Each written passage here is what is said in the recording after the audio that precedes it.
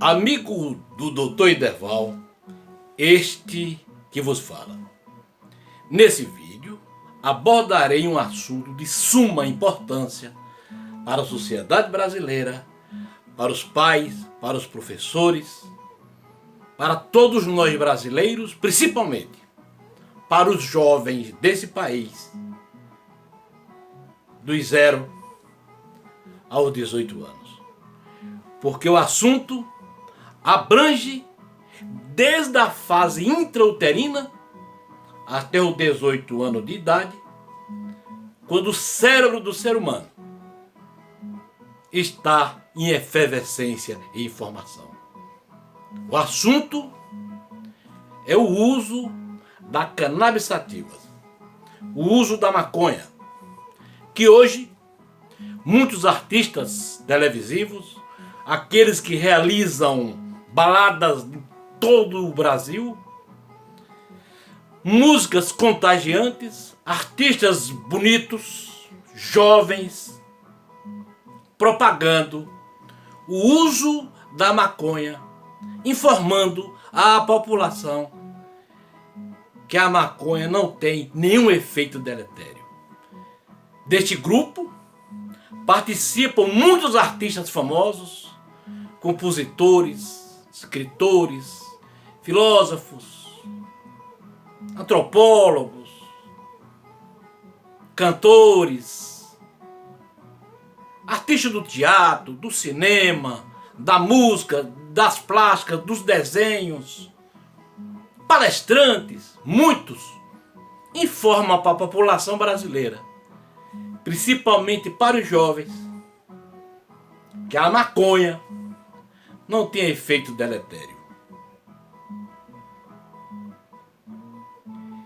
Estes brasileiros que usam todo tipo de mídia para propagar essa ideia, propagam em nome de grandes empresários estrangeiros, brasileiros e de um grupo que pensa e que tenta explorar esse grande mercado que é a maconha, induzindo a população brasileira desde a sua infância a utilizá-la, informando que não tem efeito deletério. Recentemente, algumas músicas foram lançadas na praça em pleno meio-dia ou até antes mesmo do meio-dia. Sabe esses artistas, esses grandes influenciadores, que mais de 94% dos crimes praticados pelos jovens entre 14 e 25 anos tem a participação das drogas. Ou são usuários, ou são mulas, ou são pequenos traficantes.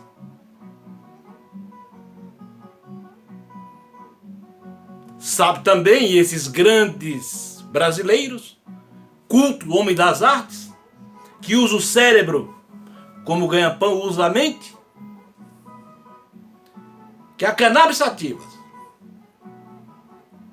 tem muitos e múltiplos produtos fazendo parte de sua vida. São mais de 900 substâncias que fazem parte da cannabis sativa. Destas, 2 são usadas medicinalmente na neurologia, na psiquiatria e no tratamento de doenças malignas, amenizando as dores e os vômitos, que é o canabidiol e o THC. Quando essas drogas são fumadas, deglutidas na forma de sucos ou de comida, causa efeitos deletérios na mente das crianças, dos pré-adolescentes e do adolescente. Ela atrapalha a memória, atrapalha a concentração, o rendimento escolar, dá alterações cardiológicas, alterações cerebrais. E enquanto mais novo for o jovem, enquanto mais cedo ele for viciado na droga, esses efeitos deletérios, muitas vezes, são irreversíveis, principalmente se for usado até os 10 anos de idade. Então, esse assunto é de suma importância para a sociedade brasileira e devemos fazer tudo e de tudo para que isso não caia no costume e o jovem não passe a acreditar nesse malefício programado por muitos e muitos brasileiros das artes, brasileiros importantes, e que muitos precisam utilizá-la para aguçar o seu raciocínio. Mas para o jovem é totalmente deletéria. Destrói famílias, destrói amigos, e os viciados funcionam como verdadeiros zumbis pelo resto da vida. Não resta dúvida que os artistas, os filósofos, os antropólogos, os sociólogos, os teatrólogos, os artistas de cinema, do teatro, da pintura, da música, das composições, das profissões recreativas, contribuírem muito para o progresso do Brasil. A primeira bandeira que eu vou falar é na bandeira do preconceito racial. Esse segmento da sociedade, ao se juntarem de 1950 para cá, conseguiu que o Brasil se afastasse e fosse se afastando ao pouco dessa excrescência social que é o preconceito. Os artistas, os homens cultos, os professores, conseguiram que hoje o Brasil não enxergasse várias raças dentro do nosso país, mesmo porque nós somos miscigenados. Nós somos parte negra, parte branca e parte índia. Então, no Brasil, a raça é uma só. Então esse preconceito não tem nenhum cabimento. Graças a esses movimentos dos intelectuais, dos professores e dos artistas, dos homens das artes de uma maneira geral. Depois veio a bandeira importante da homossexualidade. De 1950 para cá, o teatro brasileiro, o cinema, os grandes artistas, os cantores, os compositores, os homens que estudam como os médicos, os filósofos, os psicólogos, os antropólogos e a sociedade de uma maneira em geral, aos poucos, foi mostrando na sociedade o fenômeno científico da homossexualidade, mostrando que a homossexualidade não é uma doença, não é homossexualismo. Que a preferência sexual é homoafetiva. Homem tem preferência por mulher. Mulher tem preferência por homens. Isso era o que se dizia. Mas hoje sabe-se que homens podem ter preferência por homens e mulheres também por mulheres. Isso é, o mesmo sexo pode ter preferência sexual por indivíduo do mesmo sexo. Isso foi mostrado cientificamente e trabalhado pela medicina mundial, que é uma propriedade nata. É uma propriedade que o homem já traz dentro de si. Não é opção sexual, não é desvio de conduta, é apenas o desejo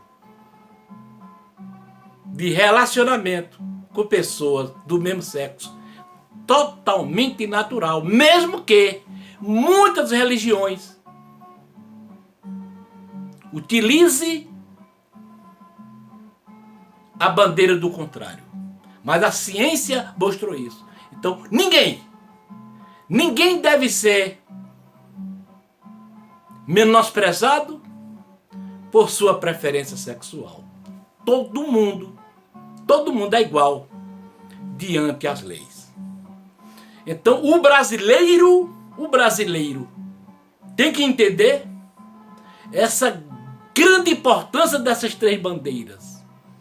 A bandeira da preconceito racial, a bandeira da homossexualidade e o uso das drogas.